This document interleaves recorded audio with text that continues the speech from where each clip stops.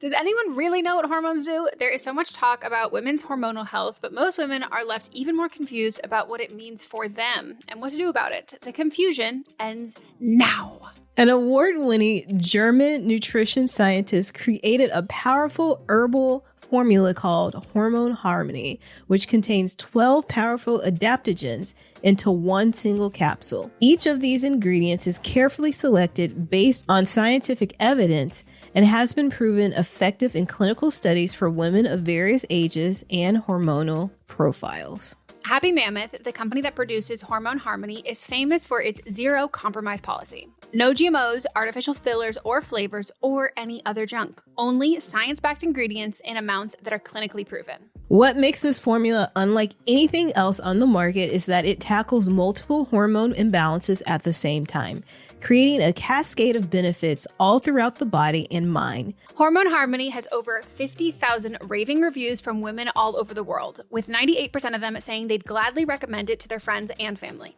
For a limited time, you can get 15% off your entire first order at happymammoth.com. Just use the code BLAME at checkout. You can try Hormone Harmony risk-free and get 15% off your first order with code BLAME at checkout. This episode is brought to you by LifeLock. Between two-factor authentication, strong passwords, and a VPN, you try to be in control of how your info is protected. But many other places also have it, and they might not be as careful. That's why LifeLock monitors hundreds of millions of data points a second for threats. If your identity is stolen, they'll fix it, guaranteed, or your money back. Save up to 40% your first year. Visit LifeLock.com/podcast for 40% off. Terms apply.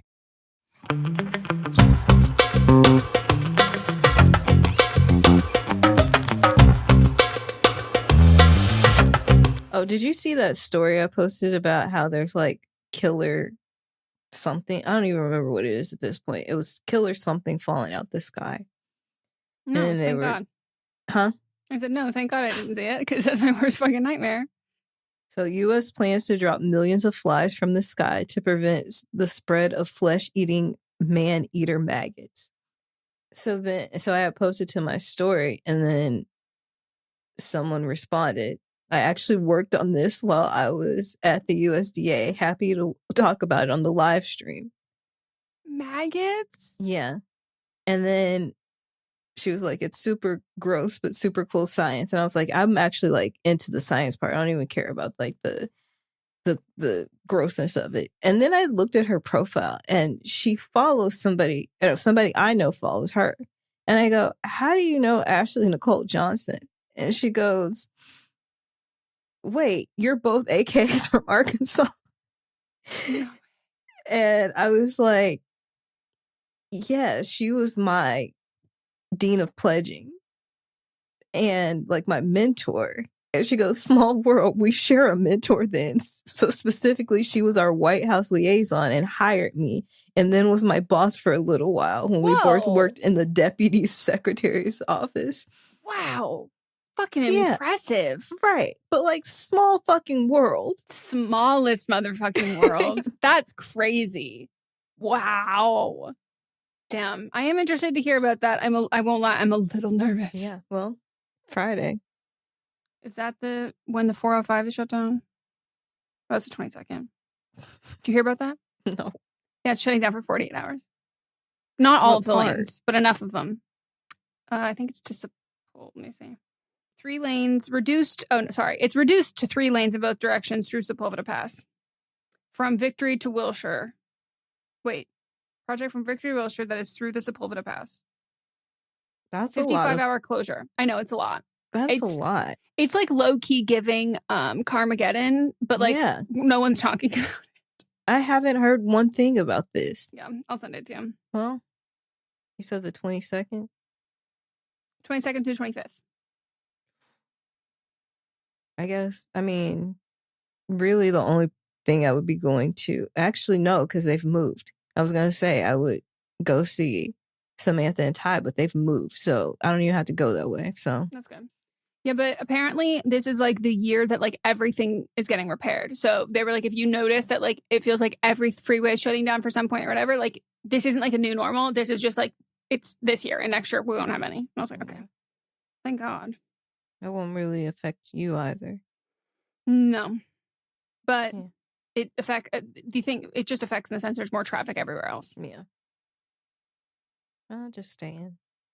Or it'll be like Carmageddon where everybody stays in. And then I know. Mons was like, let's make empty. plans. We can get anywhere so fast. It's going to be like Carmageddon round 2. And I was like, Remember I mean, you would hope. When they had like planes flying from like the west side to Burbank, I don't think anybody did it. No. My uncle was like, I might just do it to do it. Do you remember when it was like the only thing that was crowded was the airspace because you had all of the helicopters with traffic cameras, which by the way, not a car on the fucking road. Nope. And then you had people flying, and then you had deeply empty to the point of just like people that like left town to be like, I need to get out of town for this. Because they were making I had just they literally moved here. It literally felt like they did like one of those like flood warning, like like out loud being like, the end is near. Yes.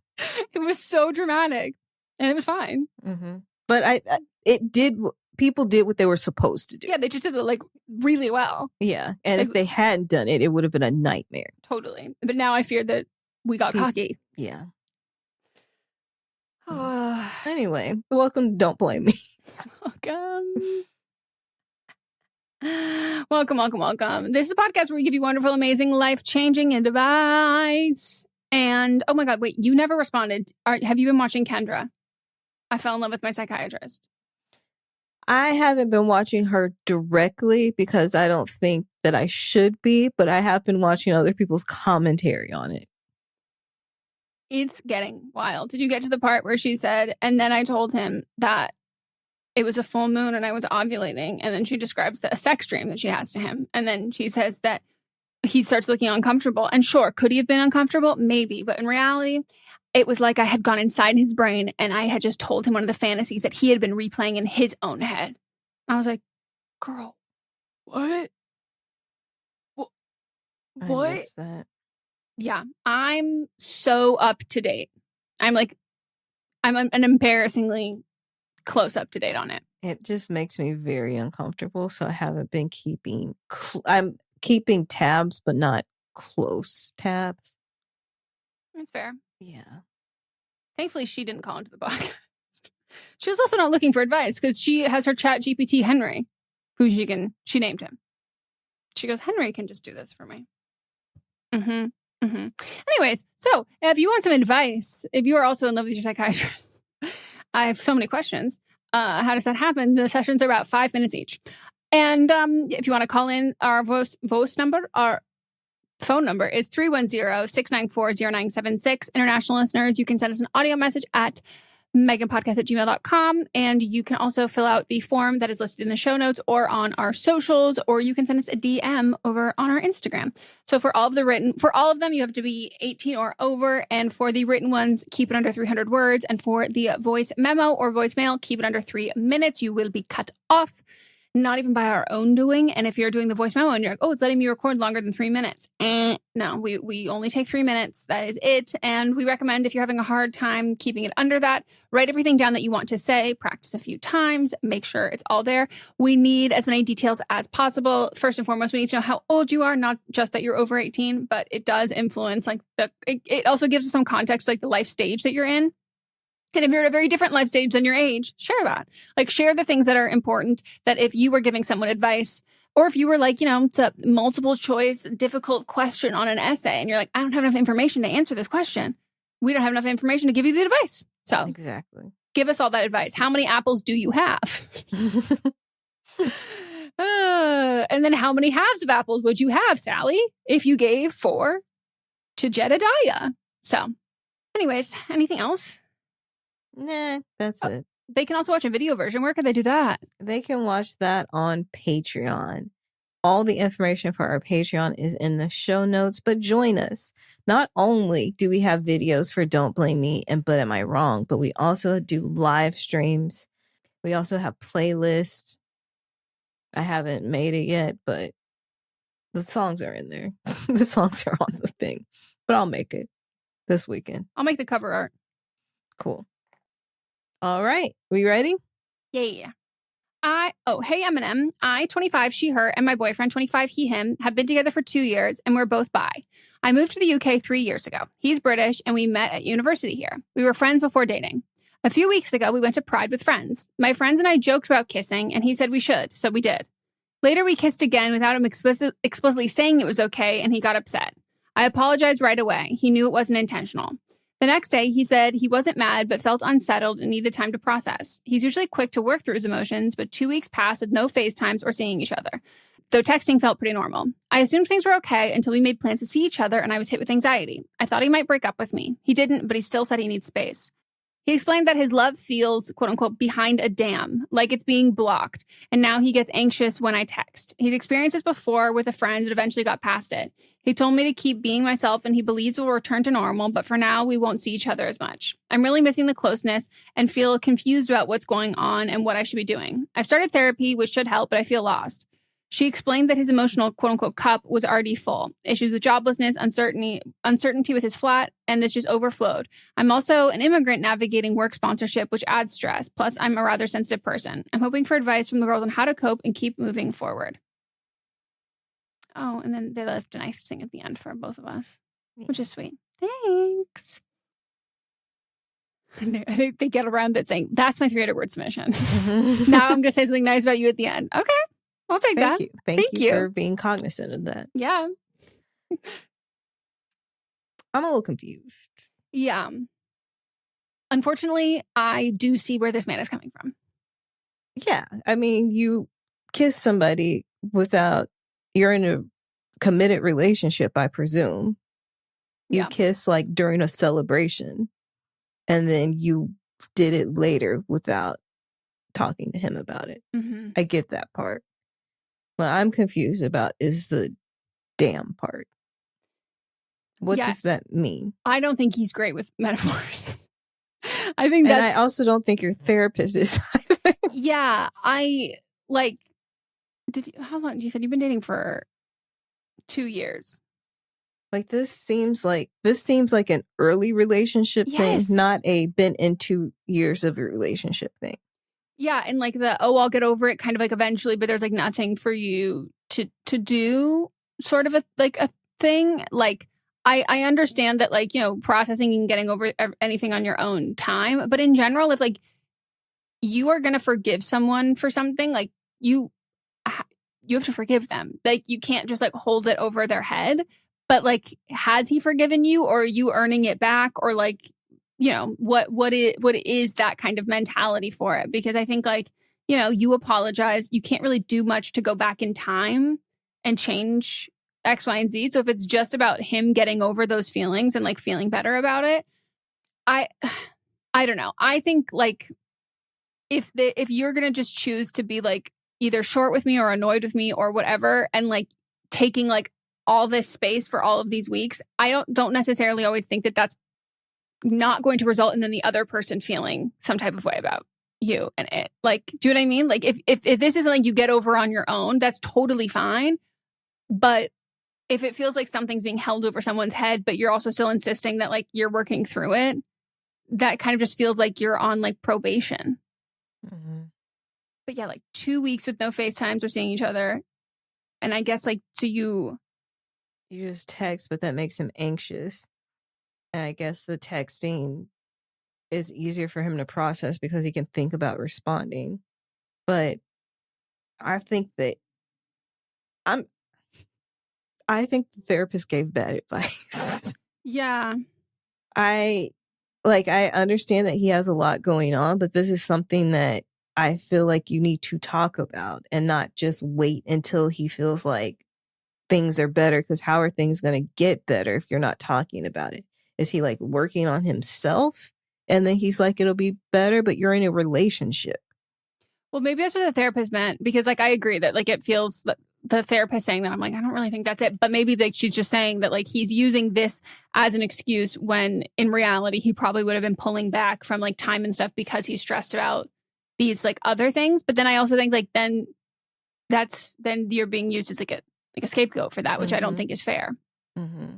But yeah, I agree. I think like if there's like a relationship issue, that needs to be worked out within the relationship. Taking time and space apart is not going to bring you closer together like that.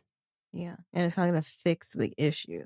No, and it might make him feel like, okay, cool, now I'm over it. But like, you'll be like, cool, I feel abandoned. Like, I don't, like, that didn't help me. Now we have another issue that's come on from here. But like, I don't know, like, this feels like a running away from your problems kind of a thing. Yeah. And it's like, if another issue comes up, is this going to be the same thing where he just disappears for a while? Or you just never bring it up because you're afraid that this is going to happen again. Yeah.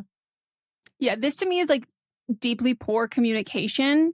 And it'd be like, okay, I hear you that like you feel uncomfortable, but like, let's work through that. Let's talk about it. The solution is not just like, I'm going to wait till you don't feel uncomfortable. Because you said like he's been through this with a friend before. Which part? Like, right. He's kissed His a friend kissed or somebody else. Right. Or did he have like a weird communications thing with a friend and they eventually like became friends again? Because like that again is like wildly different. Mm-hmm. So I understand why this would make you feel like you're going fucking crazy. Because this is just like not a healthy communication. And like he doesn't have to forgive you. And like I know that's like a hard thing to hear, but like he doesn't have to do that. And if he wants to forgive you, then like he needs to start taking those steps now. But like right now, it just feels like you're having to like earn that back, which like is not fair to either party. Because he's not honoring how he actually feels. He's just like trying to wait it out until he doesn't feel hurt by it. But like you're allowed to feel hurt by it, but then you process through those emotions. Right. So I don't think this is a matter of like, how do I like just deal with him doing this? I think it's like, no, we have to communicate. Right. I would lay the law with that. And like, if he doesn't want to do that, and then it's like, well, either we break up now or you give me X amount of time and space. I'll be honest, I would give the time and space, and I probably wouldn't even text. And then you might be like, you might get annoyed and then be like, you know what? I don't actually deserve this. Like, I want to be with someone who wants to work through our issues, not like isolate during our issues. Agree. All right, we're going to take a break and we get back into the next one.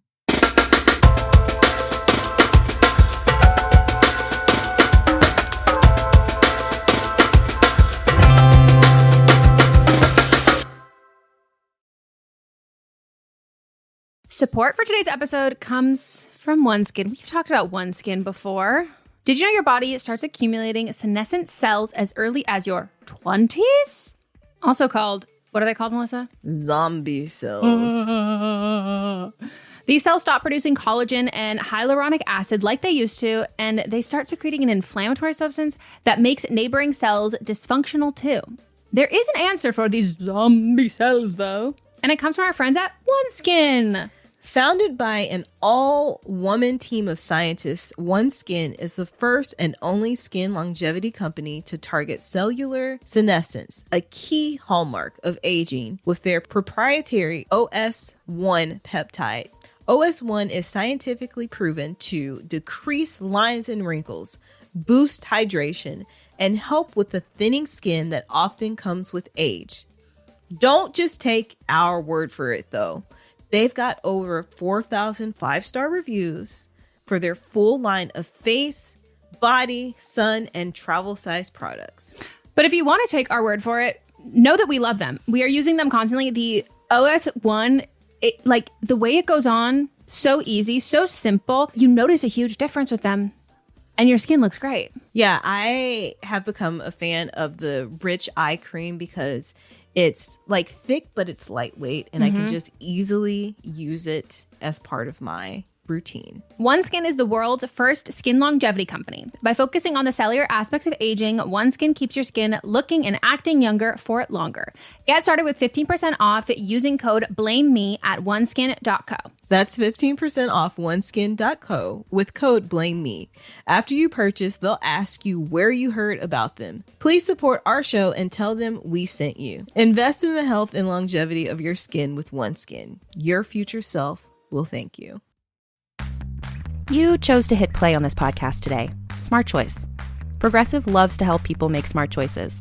That's why they offer a tool called Auto Quote Explorer that allows you to compare your Progressive car insurance quote with rates from other companies. So you save time on the research and can enjoy savings when you choose the best rate for you.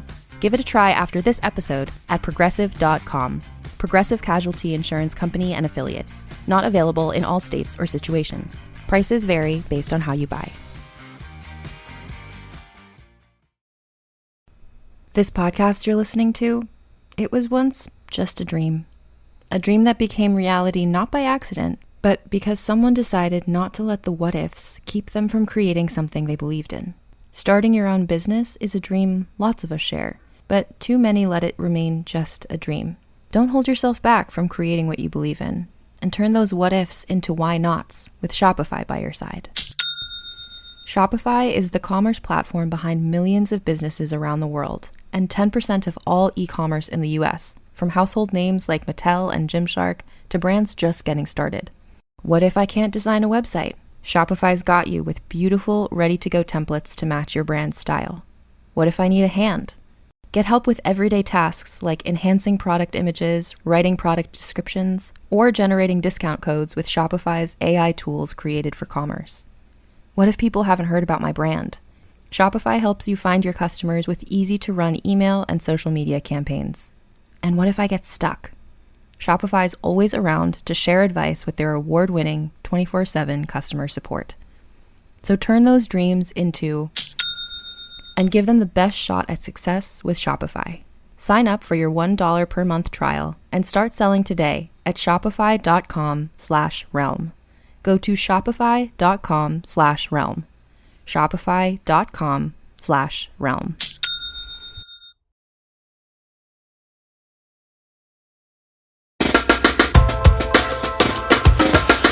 We're back. All right, here's the next one. My dad just told us he's expecting another child, and honestly, I'm completely thrown. I'm 28, and my parents divorced when I was young. He remarried, and my siblings and I, all in our late 20s and early 30s now, have a great relationship with him. We have a half-sibling who is 15, and we've all been a close-knit group for years. The news was a total shock. He and my stepmom are both nearing 60, and they didn't tell any of us until she was 5 months along. I'm trying to be supportive, and of course I said congratulations, but my mind is racing. I feel a mix of confusion, hurt, and concern. I'm hurt that he kept this from us for so long. It feels like a major secret. I'm also worried. They're on the verge of retirement, and I can't help but think about the financial and emotional toll of raising a new baby. I know it wasn't a planned pregnancy, and I feel guilty for not being 100% overjoyed. I just can't shake the feeling that this changes everything. I'm struggling to process it all, and my siblings feel the same way. We don't want to upset him, but we're all just pretending to be fine. How do I cope with this? I'm concerned about her health. 60-year-old hips, giving birth has to be a C-section. Yeah, they didn't tell you because this is a severely high risk geriatric pregnancy. They didn't know. Geriatric. Yeah, I know. Like this is like this is like in medical terms, this is like a post-mortem fucking birth. This is a medical miracle. Yeah, a marvel. This will be studied in medical journals. They were not expecting this either. It was a shock to them. So imagine how they're feeling. Imagine how their doctors. Shock. Yeah, they didn't tell you because they were concerned. Yeah, this is like deeply dangerous. They didn't think that this was going to make it this far. I'll be real. They probably also thought it was cancer and was like, there's no way it's actually a baby. Like, it's just like, this is so fucking rare that like you think of every other anomaly that this could be that is like making it seem like it's a tumor. It's cancer. It's actually a motherfucking baby. It's a baby.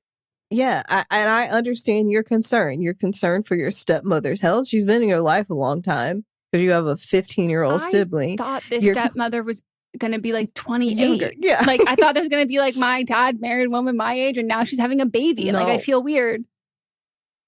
No, my stepmother's a medical marvel. Yeah. Also, like financially, I understand your concern because they're ready to retire. Well, you said they're nearing 60. So I'm sure unfortunately in 2025 is not retirement age. It's not retirement age. I'm sure they were probably planning on working at least another 10 Yeah. Depending on how much they work for the government, you know, if they've got a good pension, teacher, you know, something. Yeah.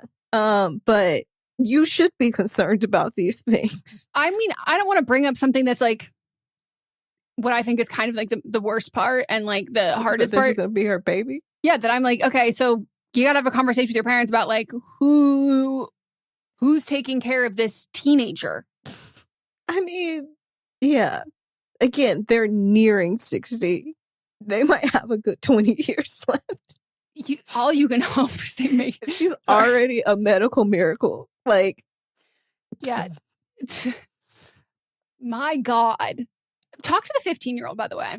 Like, that's got to be a mind fuck at 15. Yeah. This is like a mind fuck for us, and we're not related to you. It's a mind fuck for you. It sure is being a mind fuck for a 15-year-old.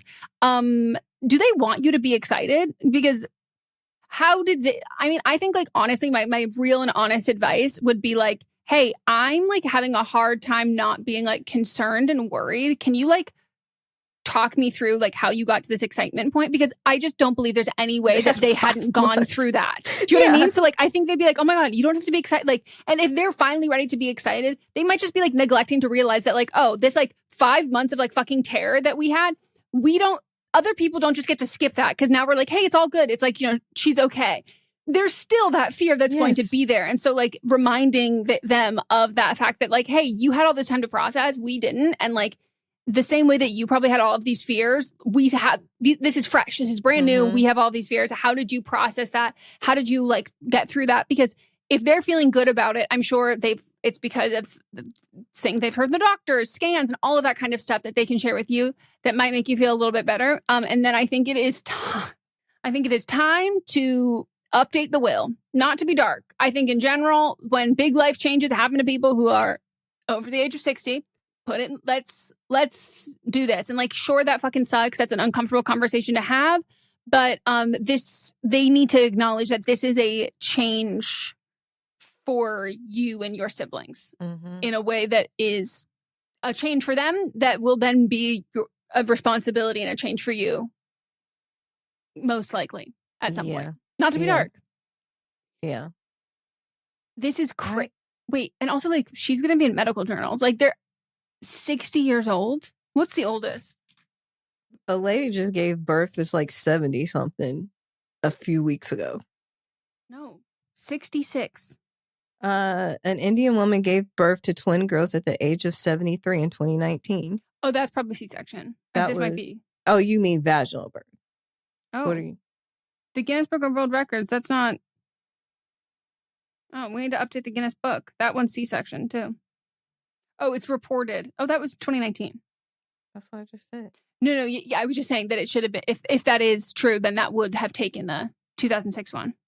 Yeah, but there was a woman that was 70 something. She was that gave birth a few weeks ago. Okay, so this one did in vitro. So this was an on purpose one. So who gave it? 66. It was a 66-year-old gives birth to 10th child, no difficulty conceiving. It's a German woman. Well, I think you could at least get like she claims she conceived without IVF. Maybe you get a TLC show out of this or something. I can't imagine my mom giving birth. Well, she doesn't have the equipment to anymore, but like she literally I have to go to the podiatrist and then the gynecologist for my baby's scan. Like, I can't imagine her telling me she's having a baby that would be younger than her grandchildren. Do any of your siblings have children? Oh, good fucking point. Yeah, this is odd. This is odd. And I know you will be nice to this baby, and I'm not saying like you won't, but just know that like it really sucks having old parents. Like there's like a level of like maturity. You don't want to have like, you know, you could have like, there are like trials and tribulations with having like very young and inexperienced parents of having whatever, but like there is an inevitable thing that happens when you have like just a universal when your parents are older or you have an older parent. And there's a lot of evidence that leads to ADHD. There's like a lot of, you know, old sperm. So I think I got here. But that knowing that, like, you know, that this kid is, as weird as it is, like, for you and all of that, I guess, like, the thing I would say is, like, I would take, not to be dark again, but, like, I would take, like, a lot of pictures. I would do, like, a lot, like, have a lot of stuff there, because a lot of their memories of their parents are going to be even older than they are now. And, you know, mom might feel a little fucking weird about taking pregnancy pictures at, like, 60 something, but, like, I think that kid would probably want to, like, you know, have some memories of that. But good God, this is fucking insane. Yeah.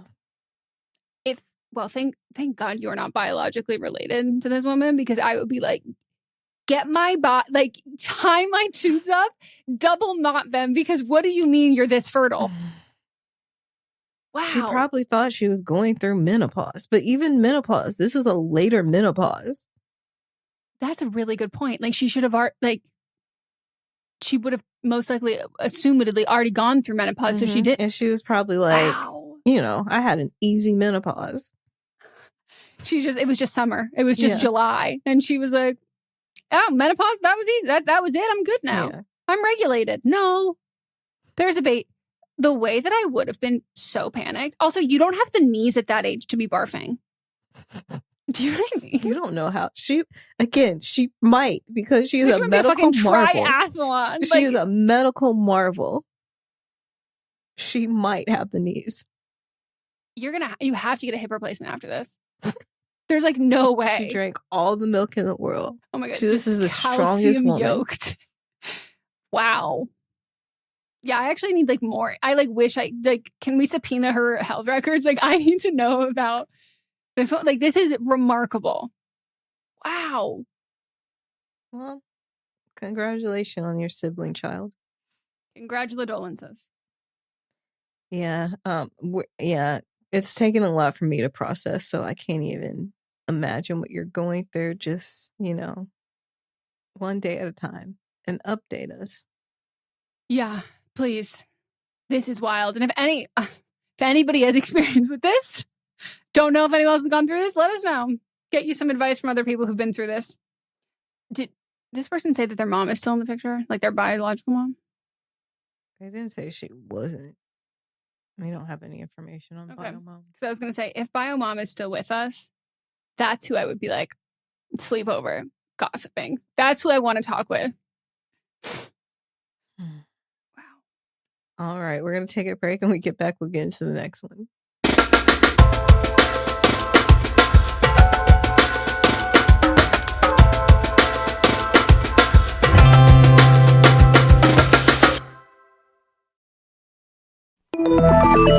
How does love work exactly? What makes something funny? How does noise affect your health? These are just a sample of the fascinating topics we discuss on my podcast, Something You Should Know. We bring you leading experts on topics important to you, things you can use in your life and that will fascinate you. We deliver 3 episodes a week and have over 1,000 episodes available to listen. So get listening to Something You Should Know wherever you get your podcasts. Look, there are a lot of celebrity interview podcasts out there, but there's only one, Happy, Sad, Confused. I'm Josh Horowitz, and yeah, I'm the host of the show, so I'm a little biased, but truly, Happy, Sad, Confused is the place for nerdy and intimate conversations with all your favorite actors and filmmakers. From Andrew Garfield and Scarlett Johansson to Christopher Nolan, casting what-ifs, backstage stories, and much more. Listen to Happy, Sad, Confused on Apple Podcasts, Spotify, or wherever you get your podcasts. It's ticklish business any way you look at it. Come on, we'll stick together. Love movies? Love classic movies? So do we. Ticklish Business is the podcast where classic film is discussed in modern times. Hosted by me, film journalist Kristen Lopez, and my co-host, author Emily Edwards, we dive into the golden age of cinema with fun, heart, and serious expertise. As published film historians and lifelong classic movie buffs, we bring insider insights, deep research, and lively debates with a variety of special guests, ranging from celebrities like Holly Madison to TCM luminaries Dave Karger and Eddie Muller, and even family members of old Hollywood legends. Subscribe now to Ticklish Business on your favorite podcast app, and let's talk about old Hollywood today.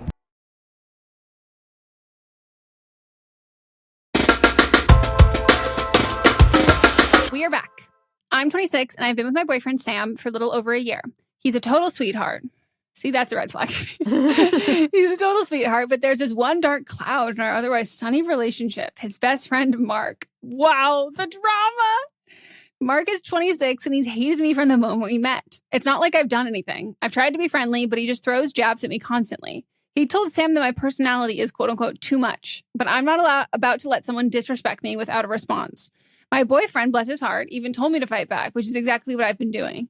My mom thinks Mark is jealous that I have stolen his quote-unquote boyfriend. It's a funny way of putting it, but it makes a lot of sense. They've been a duo forever, and now I'm in the picture. It's starting to take a toll on me. I hate the tension, and I hate being the reason for any friction between them. I'm worried that eventually Sam is going to have to choose between us. I love him, and I don't want to lose him over this ridiculous feud with his best friend.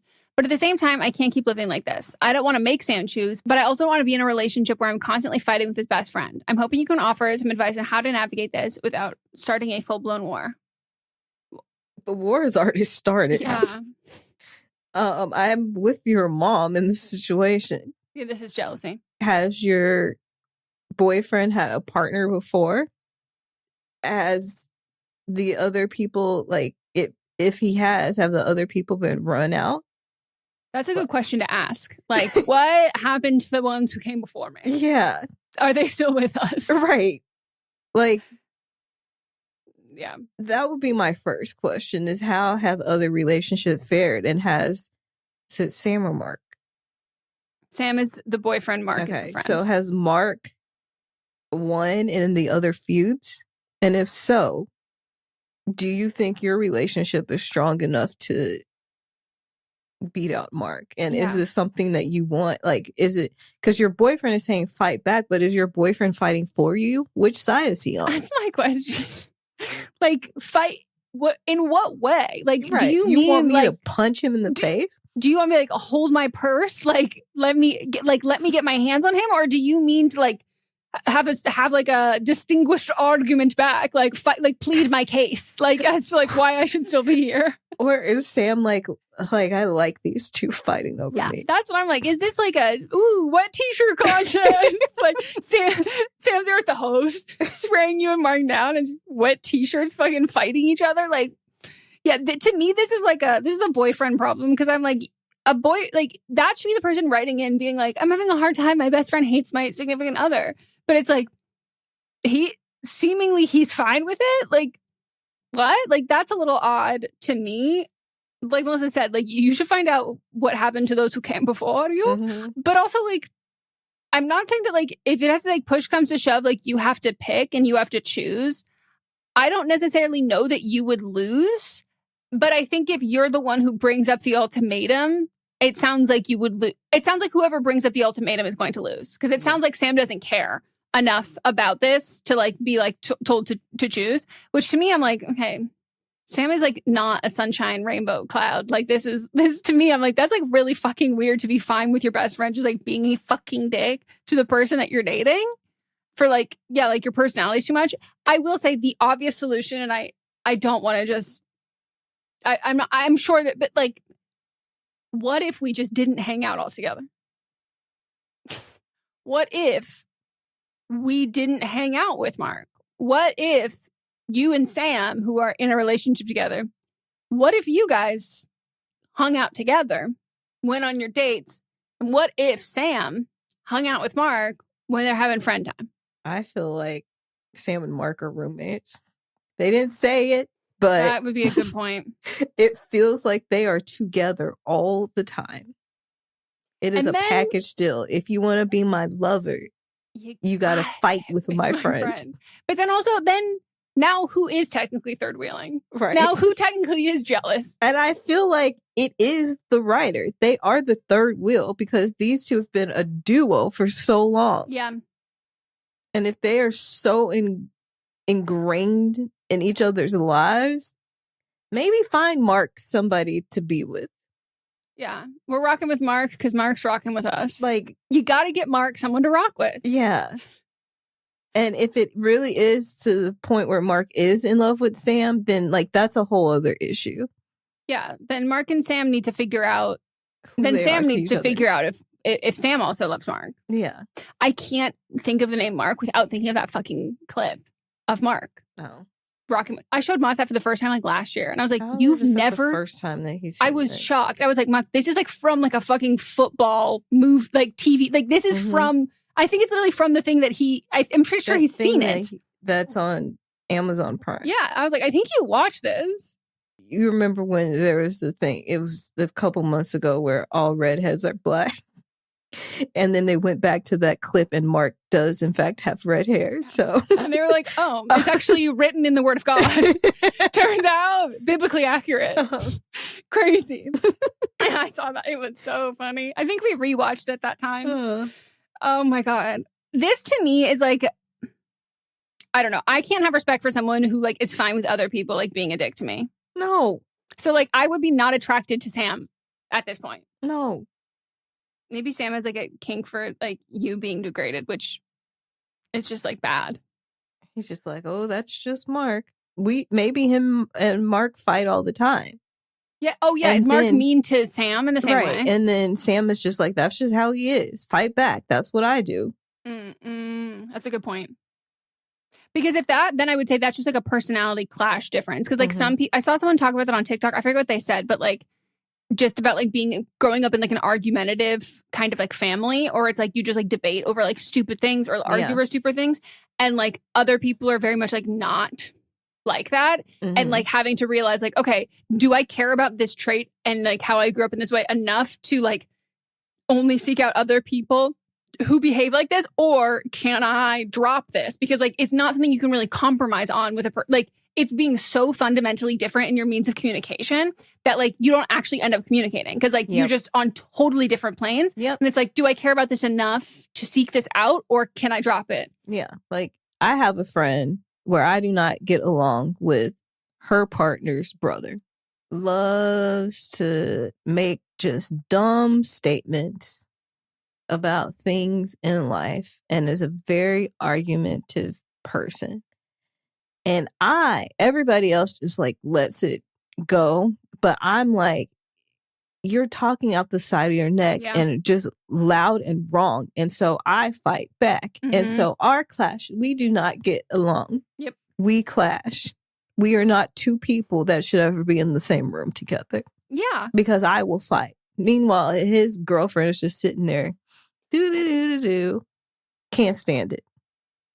Can't stand it. No, I don't have the self-control. How are you just letting him pop off out the mouth like this? No, it's so deeply unattractive. Yeah. And some people like that. Not me. Not me. Not me. If somebody's wrong, I'm going to let everybody know they're wrong. No, it's like a compulsion. Like I have a hard time not saying that. Yeah. So at the end of the day, I think we also have a Sam problem. Yeah. Good luck. Again, let us know how this goes. Please. All right. We're going to take a break, and when we get back, we'll get into the update.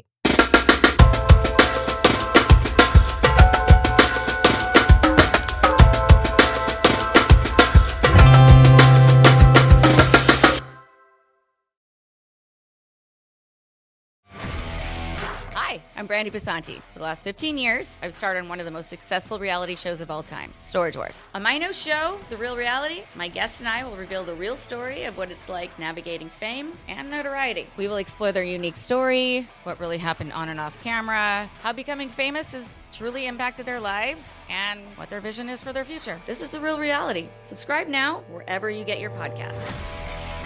Are you looking for a movie review show where the critic is at the top of his or her game, meticulously breaking down and explaining exactly why a film does or does not work? Well, good luck with the search, because we're having fun here on Adam Does Movies. Each and every week, I hit the big blockbusters, I cover the streamers, and I even toss in some movie news for fun. Check out the show on Spotify, on Apple Podcasts, on YouTube, and hopefully, we can do movies together. Hot. My name is Troy LaValle, and I'm the host of the Glass Cannon Podcast. This is a podcast where my friends and I sit around and play role-playing games and record it. Through improvisation, using comedy and drama, we take the rules of whatever game we're playing and we turn it into appointment television. It truly is infectious fun. We travel the whole country playing rock clubs, turning games like this into a spectator sport. So please, check it out, the Glass Cannon Podcast. If you want some joy in your life, give it a listen.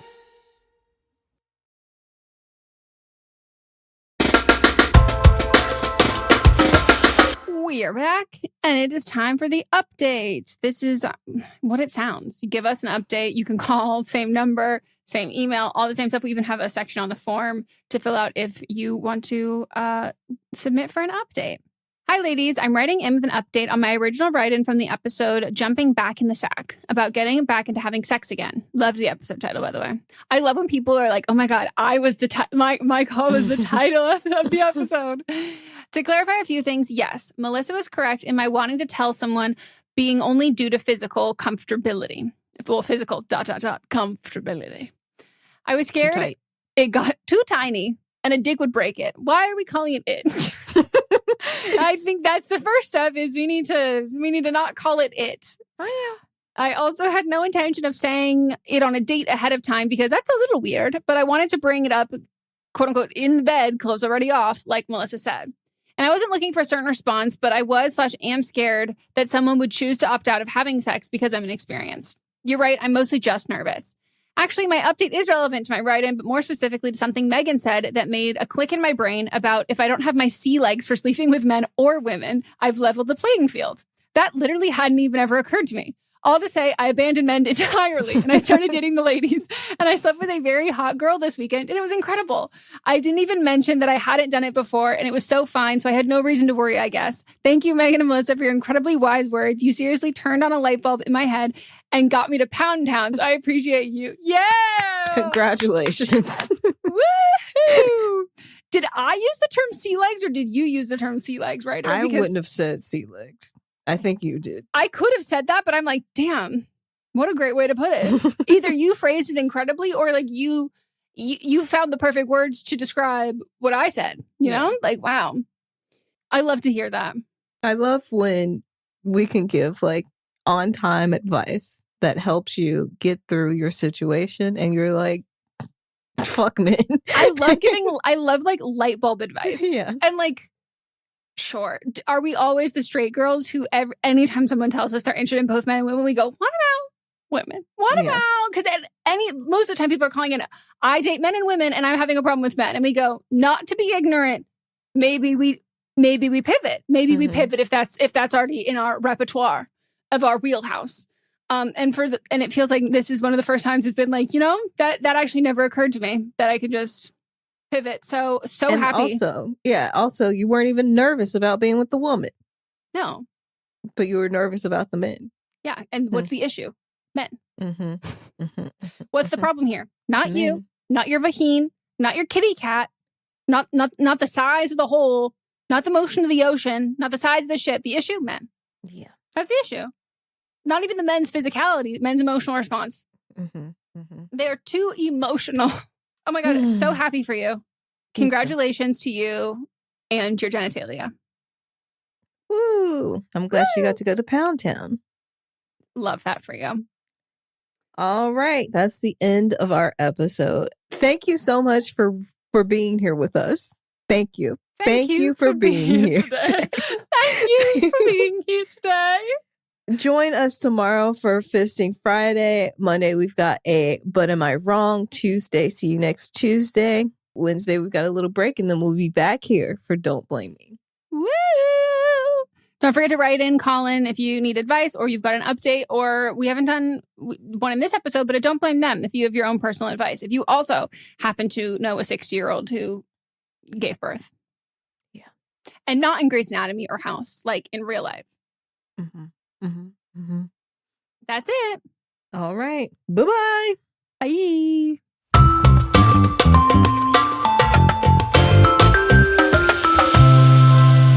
This is a Sister Sign production, hosted by me, Megan Rinks. And me, Melissa D. Montz, plus Diamond Imprint Productions. Post-production by Coco Lorenz. Production assistance by Melanie D. Watson. And music by Ryan Hunter and Giacomo Picasso. Are you looking for a movie review show where the critic is at the top of his or her game, meticulously breaking down and explaining exactly why a film does or does not work? Well, good luck with the search, because we're having fun here on Adam Does Movies. I talk to you like we just got done seeing a movie together, giving you the pros and cons, and I'm digging in the trenches, in the mud and muck, on streaming services, telling you which films are worth your time. Each and every week, I hit the big blockbusters, I cover the streamers, and I even toss in some movie news for fun. Because this show is Adam Does Movies. I'm obviously Adam, I probably should have led with that, but perhaps I have led you to check out the show on Spotify, on Apple Podcasts, on YouTube, and hopefully we can do movies together. Hot. Oh, hey there, it's a promo for a podcast. Great! Exactly what you want to hear when you're settling down to listen to the podcast you actually want to listen to. Well, give me just a few seconds and then you can go listen to whatever it is you're listening to, your true crime podcast hosted by former child actors or reality stars, whatever it is. My name is Troy LaValle and I'm the host of the Glass Cannon Podcast. This is a podcast where my friends and I sit around and play role-playing games and record it. Through improvisation, using comedy and drama, we take the rules of whatever game we're playing and we turn it into appointment television. That's the best way I can explain it. It truly is infectious fun. We travel the whole country playing rock clubs, turning games like this into a spectator sport. So please, check it out, the Glass Cannon Podcast. If you want some joy in your life, give it a listen.